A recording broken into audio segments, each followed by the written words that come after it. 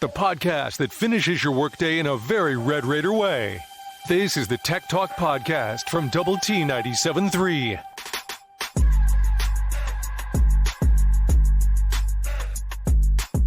Optimum is here. From fast to 100% fiber fast. Get award-winning internet, mobile, and TV. Call 866-9-OPTIMUM or visit Optimum.com. Hi, how are you? Good afternoon.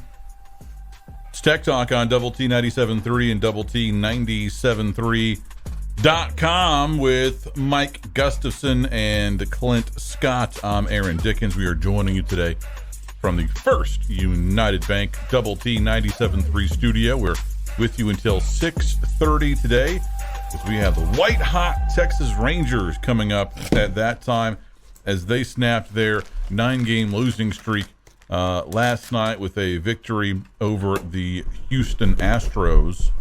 Final score of 4-3. Nobody, and I mean nobody, gives the Rangers a 10th straight loss. Let me tell you. No. Rangers now 59-76. They'll take on the Astros again tonight. Looking for a series victory in Houston. First pitch, 7:10 p.m. Central Time. Our pregame coverage begins for you at 6:30 here on Double T 97.3. Well, the High School Fan Zone beginning at 7 o'clock for you on 100.7 The Score. And then at 8 o'clock, we'll have the Astros version of that Rangers broadcast at 8 on 100.7 The Score. We'd love to hear your thoughts and your comments today on the Yates Flooring Center chat line at doublet973.com. You can also access that through the Double T 97.3 mobile app presented by Happy State Bank. All guests appear via the Benchmark Hotline. Gus, how you going? I'm good, man. Just loving the fact that we're through a Wednesday and we're 2 days into the work week like that. Just like that. Yeah, I'll take that. We need to do this more often. Could we set these up for like once a month? Just a Monday off? Yeah, dude, I mean, I feel like... I don't even mean necessarily from the radio. I just mean like the whole, just Monday off. I feel like, you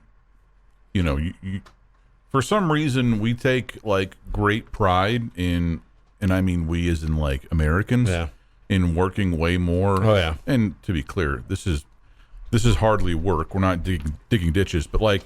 Yeah, this is the royal week. Yeah, the Europeans, man, they get, like ton of paid vacation days, like everybody.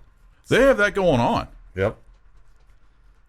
And it's also been interesting because there was so much change, I don't know, 120 years ago or so in terms of, okay, we're going from 7-day work week to 6-day to 5-day. Now we're, the fight for the 40-hour work week, et cetera. Doesn't seem like there's been much evolution there since we hit that 40-hour mark. Like that's been the minimum. It's where's the movement? Where do I sign up for the movement for like the 35-hour work week? Well, to me, then the movement is less now would be about hours and things like that, and it would be more about the work at home or the hybrid, that the flex schedules and things like that. And you can probably argue too that for a lot of folks, not everybody, but for a good chunk of folks, you might be kind of on the clock for 40 hours, but you take your job home with you more than you would if you were doing something equivalent in 1955. Oh yeah, So, like somebody, especially when we were more of a manufacturing industry. I mean, economy, right? You can't take your if your job is fastening the bumper onto the trucks or whatever it is you do, you can't take that home with you. You're there, you work, unless you're put up, go home. Johnny Cash, one piece at a time. That's true. What model is it? Piece at a time. It's 45. Yeah. I'll let you piece that chorus together. That was a good one there. That was a staple of the childhood road trips up to Santa Ana. Yeah, I could see that. My grandparents. Yeah, if you weren't, because you were definitely post Folsom Prison. So, we've got as big a music birthday as there is today. Yeah. How about that? Yeah. We also have a pretty big holiday. Oh, nice. All right. I like that. Yeah, we do. Got a yeah. Love to get your thoughts and comments on the Yates Flooring Center chat line at doublet973.com. I'll add this. We've got one of the most impactful on this dates we could say that, especially in our line of work, and you and I's what we do here. I think that's safe to say. So we'll get into that. This and the Yates Flooring Center chat line. Something up with the streaming audio. I can't hear AD's Rangers take with the trash can banging in the background. I mean, I don't care that they lost last night, the Astros. I mean, it's baseball. You're not going to win every game. By no means am I salty over that. Good for the Rangers. I hope that, they call up Josh Young here in, a few days. Yeah, a week ago I predicted Friday. That was, remember, that was sort of my over-under or before-after bet. So, and I guess this is their last game against the Astros, so I can't really say this, but if they had another game left against the Astros, I would say that I would hope Josh Young would hit a walk-off or hell 3 walk-offs. I'm all for it. I think I'm way beyond getting miffed over individual baseball game results. Yeah, especially when one team's out of it like they are. But it's like we talked about the only thing that the Rangers-Astros rivalry is missing, because it doesn't have a ton of time because they were always on opposite leagues. We just need that year where they're both in it at the same time and butting heads and playing in front of packed stadiums at both places. It'll happen. We've just had we had a stretch where the Astros were dismal and the Rangers were pretty good, and then we flipped it, and that's sort of where we've been for a while. But it would be great if one of the, or if we had a situation where the Rangers were dismal, but they were able to knock the Astros out of the playoffs by winning a game, something like that would give us a little spark. Yeah, give us a little spark or a brawl, something like that, and it'll happen someday. I'm here for it. It'd make the summers more fun. Coming up on the program, we've got a good amount here. Yeah. Right. We'll talk some Tech football, obviously. Sure. As we kind of wind down our recap, our parting thoughts of the victory Saturday over Murray State, and then begin to look ahead to Houston, the opponent, on Saturday. We'll have that game for you here, of course, on Double T 97.3. Kickoff at 3 o'clock. Optimum Game Day Live, presented by United Supermarkets, or OGDLPBUS for short, begins at 7 a.m. Post-game, we'll have the Double T 97.3 Coors Light post-game show. We have some new comments from Commissioner Brett Yormark about expansion, and these aren't necessarily like earth-shattering, and you could probably kind of just shrug your shoulders and go, what else is he supposed to say? But still, pretty interesting stuff, and we'll share that.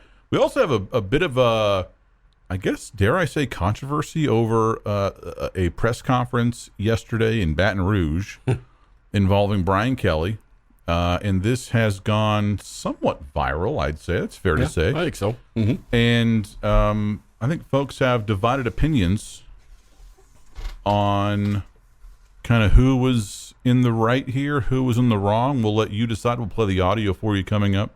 Then, of course, coming up next on Tech Talk, we'll get you caught up on all of today's biggest sports headlines. We call it the Juice, and it's brought to you by our very good friends at Specs. So we'll have that coming up for you next on Lubbock's Sports Station, Double T 97.3, Double T 97.3.com, and the Double T 97.3 mobile app, presented by Happy State Bank. It's every Red Raiders' favorite podcast. This is the Tech Talk Podcast from Double T 97.3.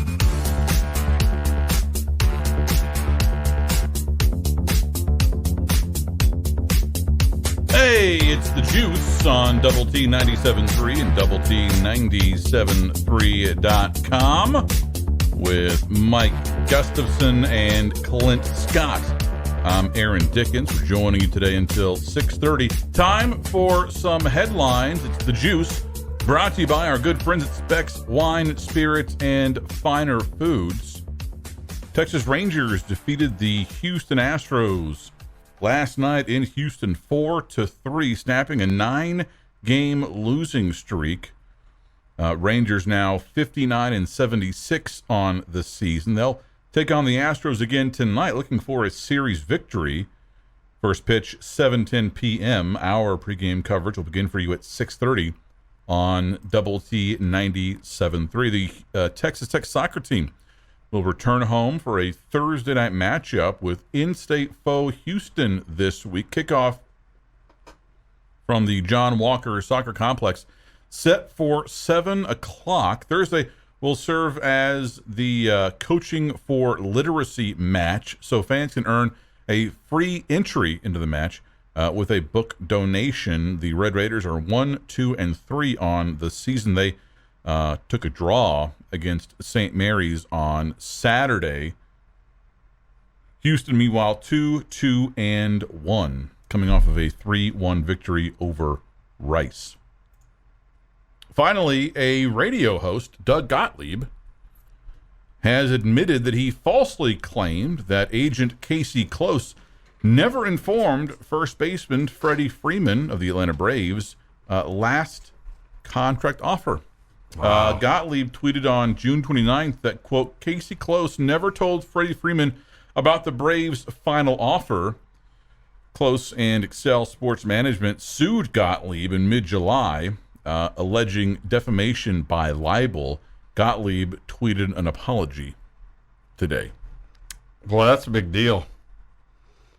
I mean, that's a big deal to people in this business who run around doing that sort of thing. You know, stirring up stuff. That's big. That's legal right there. That is legal. And Close, I mean, he's a heavy hitter. He represented Hall of Fame, or, Derek Jeter. Yeah. Several hundred baseball players. He's probably a tick behind Scott Boras as one of the top couple of agents. That's pretty big credibility there. The Juice has been brought to you by Specs Wine, Spirits, and Finer Foods. 2 convenient locations here in town, 4th Street and the West Loop behind the Whataburger, and also 69th Street and Slide. You can always shop at specsonline.com as well for all of your tailgating and watch party needs. We'd love to get your thoughts and comments today on the Yates Flooring Center chat line at doublet973.com or through the Double T 97.3 mobile app presented by Happy State Bank. You know, I saw this stat yesterday, and it surprised me a bit. You know, Notre Dame, as we talk about realignment this whole summer and all this stuff, I mean, they're clearly the biggest prize out there. And this would have been true even if USC and Texas and Oklahoma and UCLA were still kind of out there. I mean, Notre Dame it's probably number one in terms of kind of brand awareness and following and all that stuff. I mean, they're not independent for nothing. I mean, they have some sway, some cachet here. And I think that they got a lot of credit over the weekend for how closely they played Ohio State. Mm-hmm. Right? I think it was 21-10, I think was the final, something like that. And that was a 10-7 game for a good stretch. Yeah, they led for a good bit, and that's under first-year head coach. Yeah. And so I think that they get some bonus points, right, from the national media. And I think they played fast offensively. I won't derail your thought, but that was the other thing that a lot of people, I think, were pleasantly surprised by, because Notre Dame's sort of been a heavy game and they've never been able to match the speed and all that. Like, they played fast, and their big plays were in the passing game in a way that had some people kind of going, hey, this may be a new deal here. Yeah, I mean, they looked like they belonged, right? But this shocked me, right? Because Ohio State was ranked second or third in the country at the time. They were definitely top 5. Since 1999, the Fighting Irish, do you have any guess what their record is since 1999 against top 5 teams? Oh, top 5 teams. Well, they've had several notable playoff losses here in the last little bit. 2-22. Oh, I wouldn't have gone there. I might have gone 8-10 or something like that. Holy cow! Don't you need to be a bit better in that department? I mean, clearly not, right? Because the Big Ten would just crawl over broken glass to add them. Oh, sure. I mean, but like to put this in perspective, Texas Tech in that same period is 7-19 against top 5 teams, which is not amazing by any stretch, but at the same time, it's significantly better than Notre Dame. LSU, and what'd you say, since 99? Since 99, yeah. LSU 17-19 over that stretch. Rutgers has as many top 5 wins since 1999 as Notre Dame. They're 2-13. That's fascinating. Oregon State 4-12. South Carolina 5-24. And that's really fascinating. That really is. And there is no excuse for that, right? They were now. If there's some Irish fans out there, I recognize that that football program deals with some academic hurdles in recruiting that most other Power 5 conference teams do not acknowledge that. But at the same time, you recruit nationally, and you have so many advantages to be that bad against what, if you're Notre Dame, you kind of qualify as your peers. Sure. I mean, they were the top 5 all through the Eris Parsegian, Lou Holtz. I mean, that goes even farther back. Rockne Leahy. I mean, I know we're not going there, but that, they were the top 5. I mean, they were symbolic with that, and I think it speaks volumes that an independent team. It tells you about how much cachet that they've got, that they're an independent team and they've been able to get 24 games, 2-22, 24 games against top 5 teams over the last 22, 23 years. Because everybody wants to play them. Everybody wants to schedule them. Nobody's saying no to them. And a lot of those are probably, in most recent history, playoff games. Before that, probably high-profile bowl matchups. But USC was probably a good chunk of those in the 2000 to 2010 era. Yep, in the Leinart Bush in there, because that's been a standing rivalry from them forever. Right.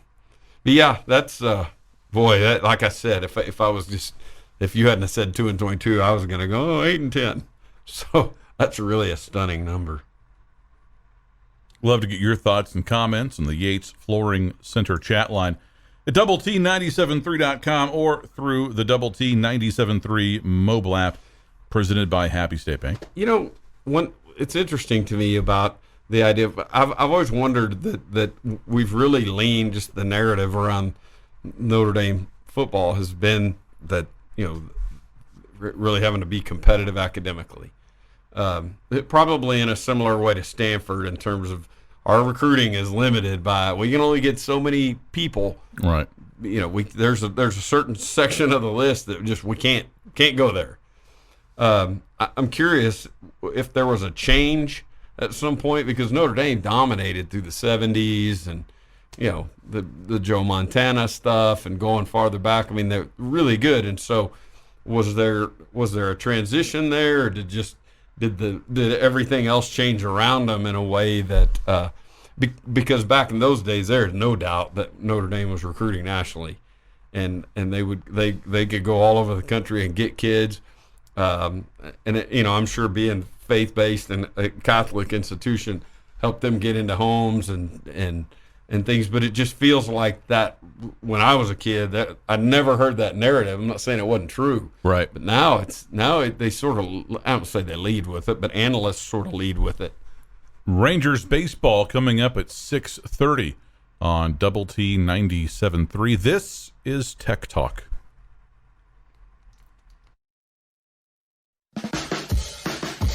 The podcast put together with Red Raider fans in mind. This is the Tech Talk Podcast from Double T 97.3.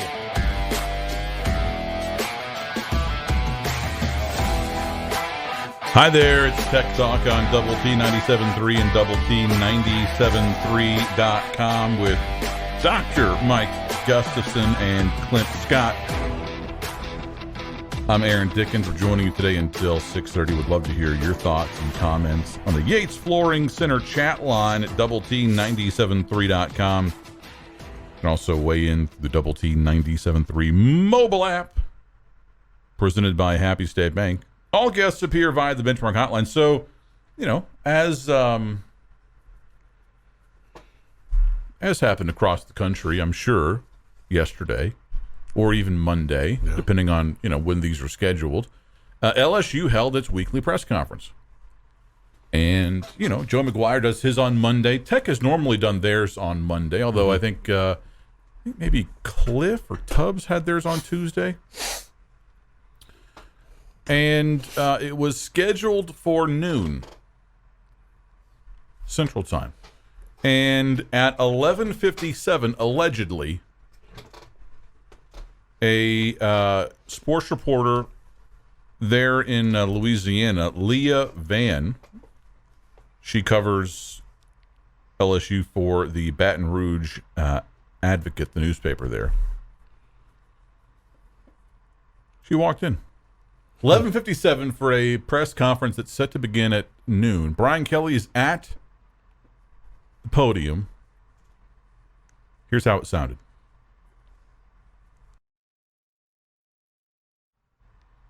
Yeah, so if you didn't catch that, the audio was a bit muffled, and that's not Clint's fault.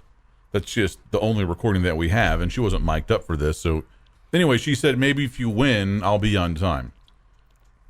Clearly a joke. I mean, she's not. I think she went to Texas, so she's not personally invested in whether or not. Well, that explains everything, right?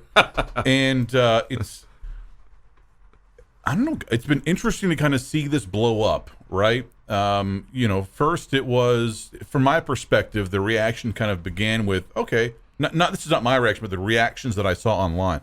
That's pretty funny, nice zinger, and then it evolved into like, Gen X or Gen Z or millennials are so, ungrateful and late and disrespectful, etc. I'm curious, your reaction to this. It's funny, when I first heard this, I guess this morning, my thought was Kelly said it in jest, sort of as to kind of make a sort of a lighthearted comment. And the thing we don't know is, again, faded audio, and if she said it back to him with a smile, that's the part I haven't seen. I've only seen his reaction. But it seemed like it was all lighthearted on both sides to me, and so I thought, okay, I can live with that. But you can flip it around quickly and go, oh, this thing, he was out of bounds there, or she was out of bounds there, and really take it to both sides. And what it reminds me of is the 2007 Mike Gundy, I'm a man, I'm 40, and that rant, because it divided people. People were like, great for him for taking up for his player, and hey, she's, however you wanted to land on that side of the deal. But I took it as more of a lighthearted exchange on both ends, but that's how I would have taken it. Throw a little quip back at him, especially if they've got a little rapport. Like if she's been covering him for 9 months and knows that, there's a little witty banter there. But it, when it's just a snapshot like that, it's very interesting. She explained on Twitter a bit afterward. I think even she acknowledged that, hey, this wasn't my finest moment. And I think that was her exact words, wasn't it? So here's her tweet. Press conference was at noon. I was running from a doctor's appointment, got there at 11:57. This is what she says. Brian Kelly called me out, said jokingly I owed him $10.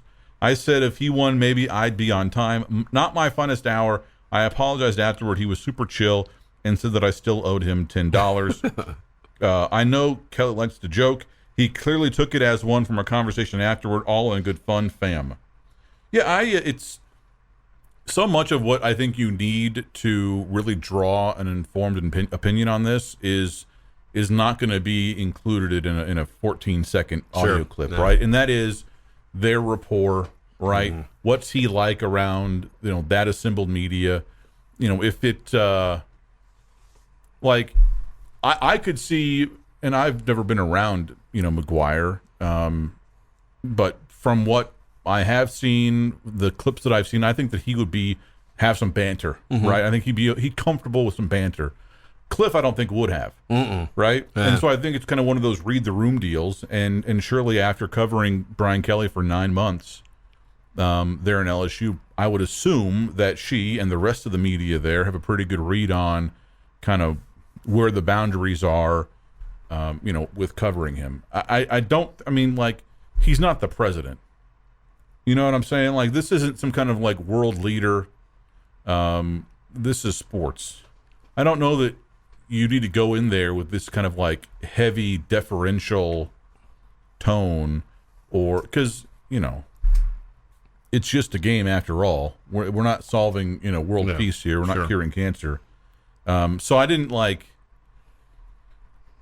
Yeah, I was never bothered by it, but I found the reactions to be very interesting. Yeah, as is often the case, the reactions may have more color to them than the actual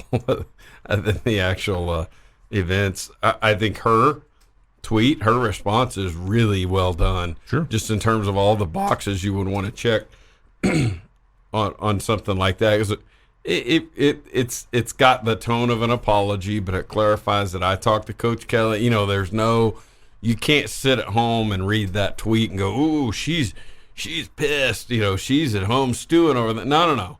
Spells it all out.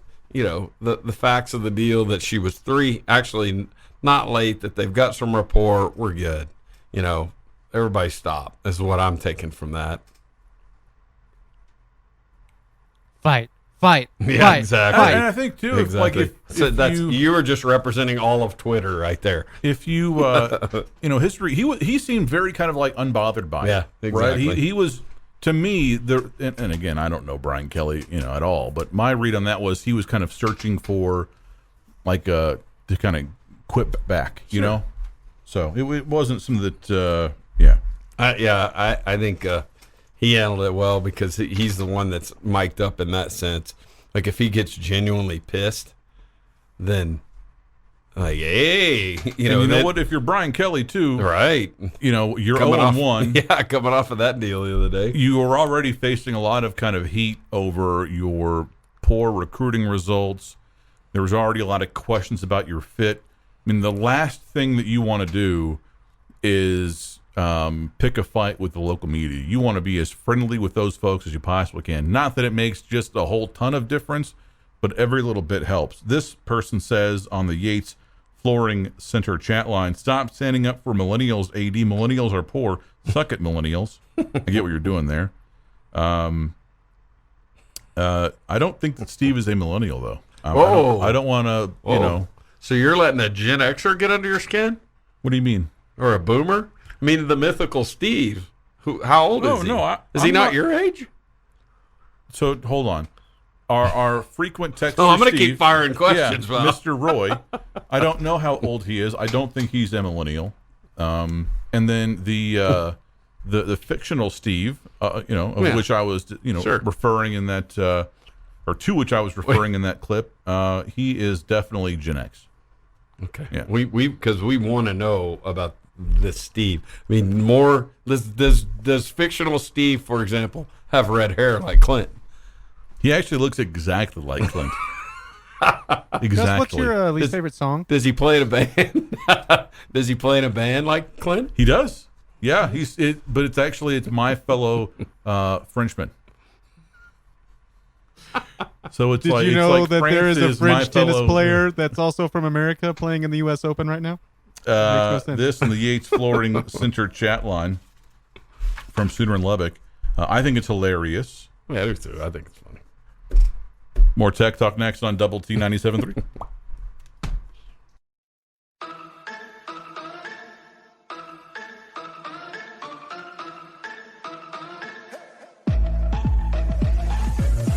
The podcast that finishes your workday in a very Red Raider way. This is the Tech Talk Podcast from Double T 97.3.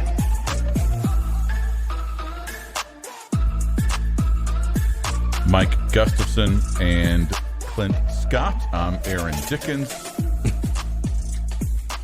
So bad, dude. That's an actual medieval phrase. There's another medieval phrase that says, hello there, but it's what ho, and I didn't want it to be clipped. Yeah. So. Well, careful. Or misunderstood. Yeah, sure. It's H-O. Contextualize that. Yeah. Did you. Like heave-ho. It's like me asking you the other day if you enjoyed the music band Group Love. Yeah, exactly. What ho? What? Tech Talk on Double T 97.3 and Double T 97.3.com. So Brett Yormark. You better change the subject. So he. How the crap do you know all that medieval stuff? But let's continue with Yormark. Walking around. Yeah, I guess, dude. I'm a Renaissance man. What can I say? Yeah. And a medieval man. What is that? Okay, Brett Yormark, commissioner of the Big 12, still going on his tour around the campuses, and he was in Cincinnati today, meeting with the Bearcats.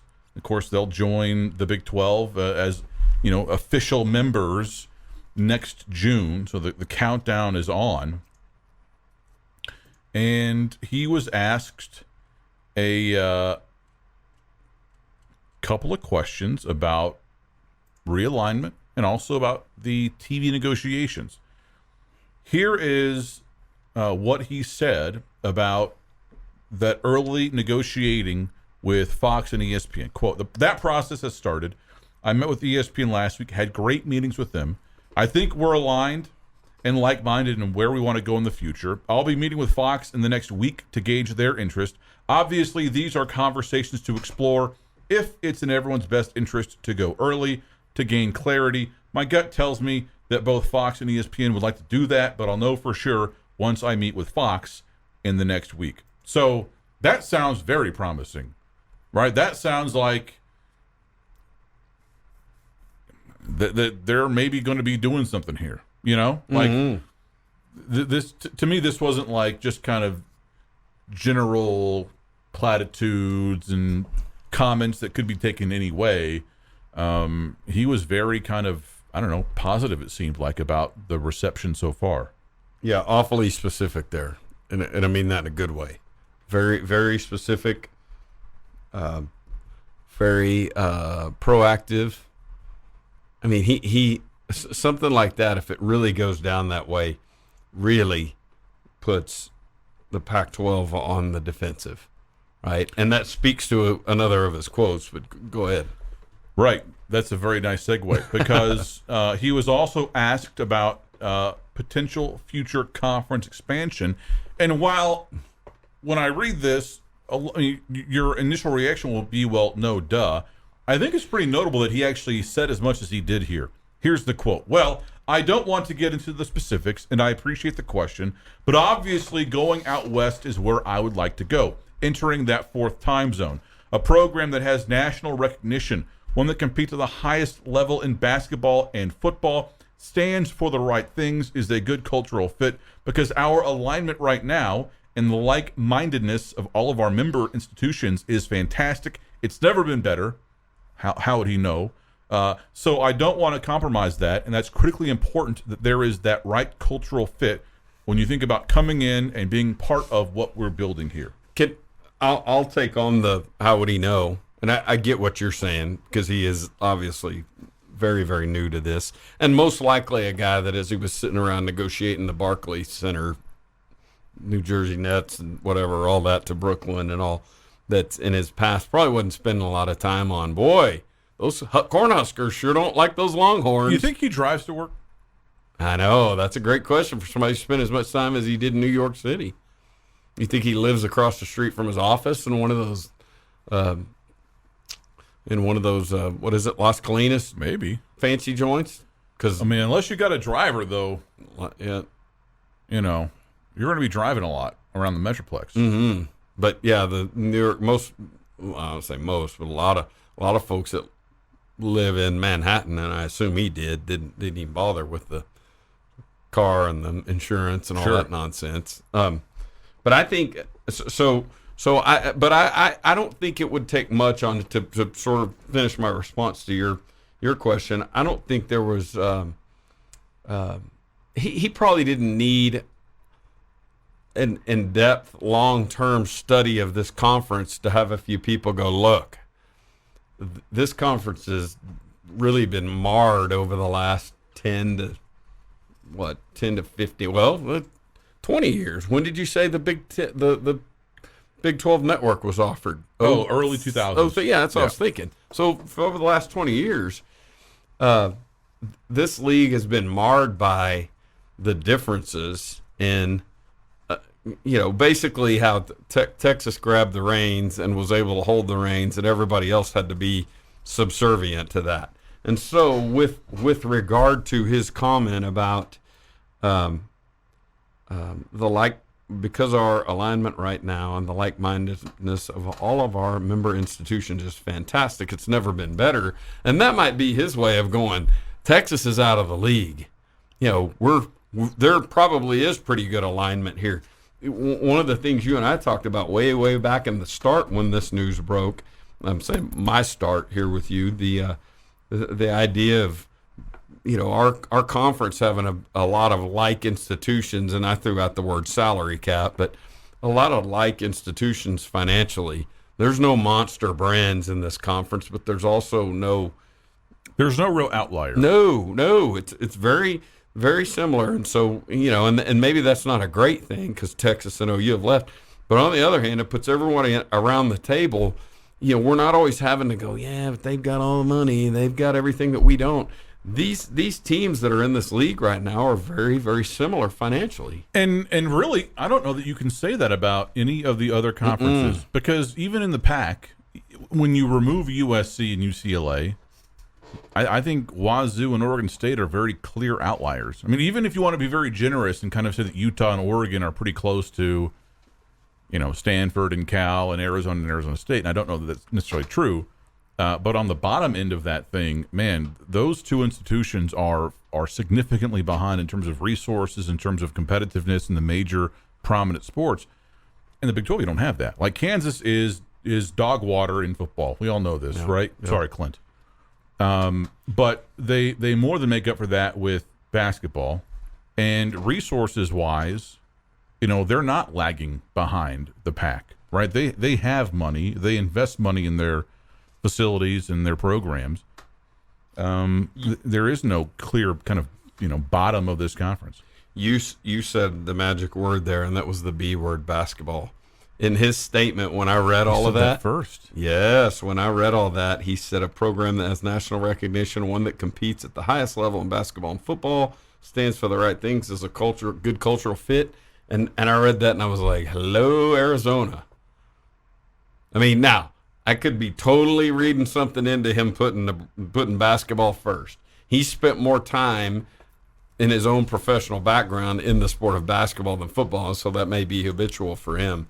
But to me, he just laid out the University of Arizona. And that's been one of the teams that's been most talked about being aligned with the Big 12.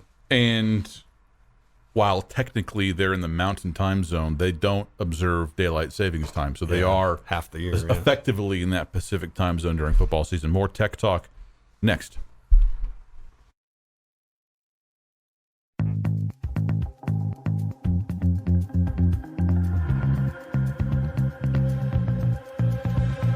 It's every Red Raiders' favorite podcast. This is the Tech Talk Podcast from Double T 97.3.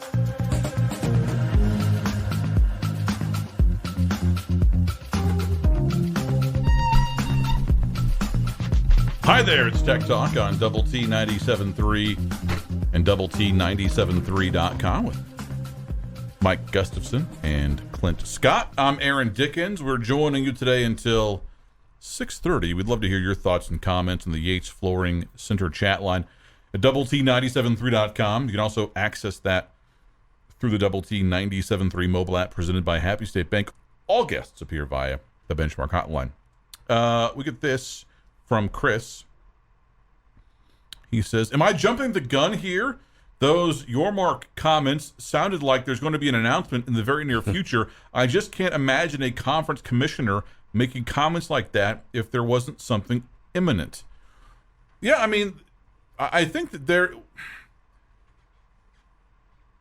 on some level we have become kind of numb to all of this because these kind of bullets, so to speak, have been flying fast and furious for really the last year or so, ever since Texas and Oklahoma were reported to be moving to the SEC. But this is, I mean, the texter is right. Chris is right here. This is a pretty kind of brazen comment from a sitting commissioner. Normally they play it very, very coy and very kind of close to the vest and kind of non-committal. But Yormark just comes out and says, No, we're looking out west, which, no one is surprised. We all know this. No one's sitting there going, yeah, I thought for sure they were going to go up to Syracuse, in Boston College. Yeah. Sure. Got me. Just waiting on that ACC to fall apart. Everyone knows this, but he just kind of came out and said it. And so, you would sure think that, because who does Brett Yormark work for? The university CEOs in the Big 12, presidents and chancellors. I don't know that he would say that if they weren't just kind of cool with it. You know what I'm saying? Like, he's not going to step out like that if he didn't feel very comfortable that they wouldn't have a problem with it. So maybe it does mean that something is imminent. Maybe it does mean that, hey, once this Fox conversation happens next week, and once we can kind of hammer out a broad kind of outline of what our next deal looks like, we can take that to the Four Corner programs or just to Arizona or whatever and go, okay, here's what we got. Yeah, I mean, either he's wildly overplaying his hand, and I doubt he is, or one thing we've got to keep in mind, Aaron, you and I talked about this at length this summer when Yormark was first announced. He's not coming. His background isn't the same as all of these other commissioners that we're used to, at least. Certainly not in the history of the Big 12. Probably a little more transactional, a little more. There's probably some New York City brashness to all of this, right? But that's that he not only stepped out there by naming, putting a time frame on it, but he also is throwing out the West Coast idea, the fourth time zone idea. And really, that gets into some specifics there, right? I mean, that it narrows it down, to be sure. It does. It takes as you said, it takes anything Eastern off the table, which we know that because the ACC thing is tied up for a long time, and because he's not even naming Mountain time zones there. I mean, so it really becomes interesting. The idea of every columnist leading with San Diego State as the next invitation that the Pac-12 is going to make. You and I kicked this around off the air, but if the first move by Yormark was to back channel some information to say, hey, San Diego State, you and Arizona apply, I think it does two things. It neuters the Pac-12 with their next move, and it really lays down the gauntlet as far as those other 3-4 corner teams saying, hey, there may only be 2 slots left. Yeah, I think the Pac-12 was probably neutered by USC and UCLA leaving. Yeah. Sure. I think if you take San Diego State and Arizona, you're turning them into a Ken doll, right? Where it's just like there's nothing there. Oh, man. Yes. Ken doll. All right. Collecting myself after that. But the time zone comment. That was a nice way of saying you're chopping them. Thank you. There. Yeah, I appreciate that. I've been workshopping that one for a while. I'm just kidding. Just saving it up. Like if it were me, I'd write it in the notebook. Like I need to use this line. But like he mentioned. He mentioned that fourth time zone, right? Yeah. In West. Colorado's not in the West or the Pacific time zone, right? And San Diego State is. And we saw, I mean, were you impressed by the crowd in Boulder? No. Were you impressed by the atmosphere in Boulder? Would you sit there and go, oh, this is clearly a university that's committed to athletics? No, they're not. They are a flagship institution for a state, right? They have some history there. They've won a national championship before, but they're a long way from that. But this isn't about the past, right? I mean, these moves, if you add teams, it shouldn't be about what they've done before. It should be about what they will be, right? And if you're kind of betting on the come, right, to use a gambling term, would you put your chips on Colorado? Right, being more of an athletic player in the future, or would you put it on San Diego State? Right, especially if you give the Aztecs the resources of a Power 5 conference. I think I would put mine on the Aztecs right? They also give you the time zone. They also give you that spot in California. I think if you give me the choice of the Buffaloes or the Aztecs, I think I'm going San Diego State. Yeah, and I don't feel bad about it at all. And I'm interested in the idea that I'm just thinking through this as we sit here. What's more exciting to columnists or titillating or whatever the word is, but the Big 12 making a move on San Diego State, or the Pac-12 having thrown out for the 5 millionth time all of these columnists that we've read all summer talking about SMU? What means more?